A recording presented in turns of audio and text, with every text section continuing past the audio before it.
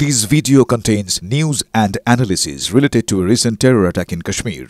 The content may include sensitive visuals and discussions that could be distressing to some viewers. Viewer discretion is advised. We strongly condemn all forms of violence and terrorism. The purpose of the content is solely to inform and create awareness based on verified reports. বারবার বলছি ঘরে বাইরে চাপের মুখে, কিন্তু পাকিস্তান কিন্তু থামছে না। মানে তারা হামলা চালিয়ে যাচ্ছে, তারা বিরক্ত করেই যাচ্ছে ভারতকে। ড্রোনের পর এবার মিসাইল হামলা ব্যর্থ চেষ্টা পাকিস্তানে। ভারতের একাধিক শহর লক্ষ্য করে মিসাইল ছুড়ল পাকিস্তান। মাঝ আকাশে ধ্বংস হয়ে গেল পাকিস্তানের ফতেহ-2 মিসাইল। ভারতের এয়ার ডিফেন্স সিস্টেমের সামনে নাকাল পাক সেনা। জম্মুর উধমপুরে মিলল পাক মিসাইলের ধ্বংসাবশেষ, হরিয়ানা সিরসায় মিলল ফতেহ-2 মিসাইলের ধ্বংসাবশেষ।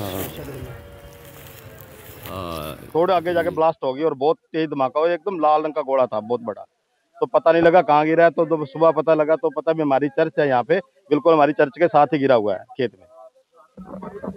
सवेरे आई थी खेत में जी, आके देखा है, फिर यहाँ पड़ा था खेत में। मैं तो फिर मेरे सेठ के पास गया हूँ, मैं तो जब जाकर बताया।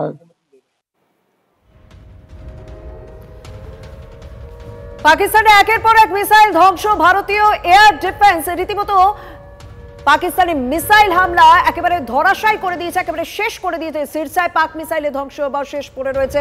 জলন্ধরে পাক ড্রোন ধ্বংস হয়েছে, সেই ছবি আপনারা দেখতে পাচ্ছি। কচ্ছে পাক ড্রোন ধ্বংস হয়েছে, সেই ছবি আপনারা দেখতে পাচ্ছেন। এবং জয়সলমীরে পাক মিসাইলের ধ্বংসাবশেষ পড়ে রয়েছে, সেই ছবি দেখতে পাচ্ছেন। অর্থাৎ ভারতের বিভিন্ন প্রান্তে হামলার চেষ্টা করছে পাকিস্তান, কিন্তু ভারতীয় প্রত্যাঘাতের সামনে তারা পেরে উঠছে না। আমার সঙ্গে রয়েছেন প্রাক্তন এনএসজি কর্তা দীপাঞ্জন চক্রবর্তী। মিস্টার চক্রবর্তী, আপনার সঙ্গে এই বিষয়টা নিয়ে তো অবশ্যই কথা, প্রায় প্রত্যেক দিনই গুরুত্বপূর্ণ বৈঠক হচ্ছে। আজ আবারও প্রধানমন্ত্রীর সঙ্গে জাতীয় নিরাপত্তা উপদেষ্টার বৈঠক হয়েছে এবং সেই বৈঠক শেষও হয়ে গিয়েছে। প্রায় 80 মিনিটের বৈঠক থেকে কি বেরিয়ে এলো জানাবেন। আমার সহকর্মী সিজার সঙ্গে রয়েছেন।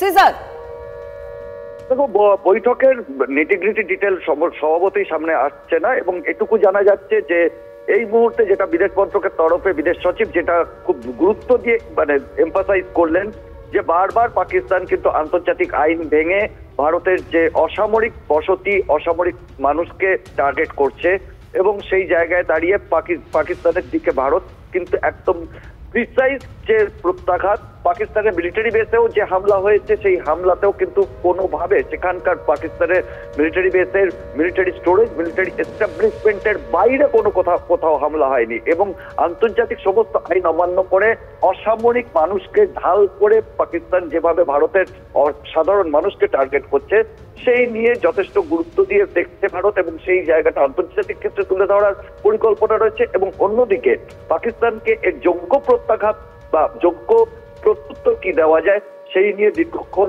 সিডিএস এর সঙ্গে যেমন সিডিএস এর সঙ্গে প্রতিরক্ষা মন্ত্রীর কথা হয়, তেমনি এনএস এর সঙ্গে প্রধানমন্ত্রীর কথা হয় বলে প্রাথমিকভাবে জানা যাচ্ছে। এবং সেই জায়গা থেকে আগামী দিনে যে আরো কড়া প্রত্যাঘাত ভারতের পক্ষ থেকে করা হবে, সেরকমই কিন্তু ইঙ্গিত নির্দেশ করছে।